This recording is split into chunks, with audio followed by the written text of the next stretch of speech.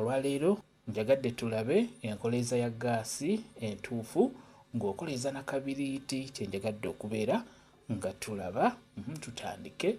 Ngenda kubalagira ku gaasi bw'atyo eba kuuka ng'eriko kuuka wamu ne gaasi emabbali egaasi wakati eba kuuka. Jjukira eno sirinda yaayo ebeera wano nga bw'olaba abeerawo mu mabbali w'omuteeka. Ono tukozesa wa pulasitika oba wa fiber, era ono osobola okumulaba n'omanya nti gaasi alimu yenkana bw'ati anaatera okuggwamu atuuse makkati. Kati nga bw'olaba ono ali wano. Ekyo kiba kiwedde. Kale tutandike. Kankulage enkoleeza gy'olina okukoleezaamu gaasi ng'okozesa kabiriiti.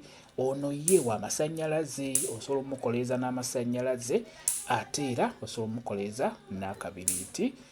Kati kankulage. Funa akabiriiti bulungi. Gaasi ono oba omukoleeza n'akabiriiti osooka kukoleeza kabiriiti. Bw'okakoleeza bw'otyo n'oluvannyuma sumulula gaasi ng'okoleezezza akabiriiti k'olina okusooka okukoleeza. Bw'omala liraanya gaasi bw'otyo nga bw'olabye. Kiba kikulu nnyo, olina kusooka kukoleeza kabiriiti. Mukitegedde?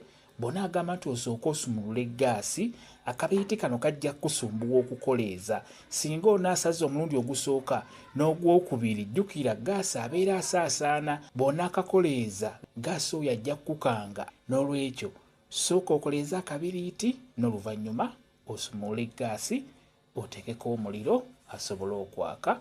Kyekibeera ekituufu bw'otyo bw'olina omukoleeza bw'oba toyagala akwokye oba kukanga. Kyekyo mwebale kubeera ku channel yaffe eyitibwa LN256. Mugende mu maaso n'ogyegattako mubeere bulungi.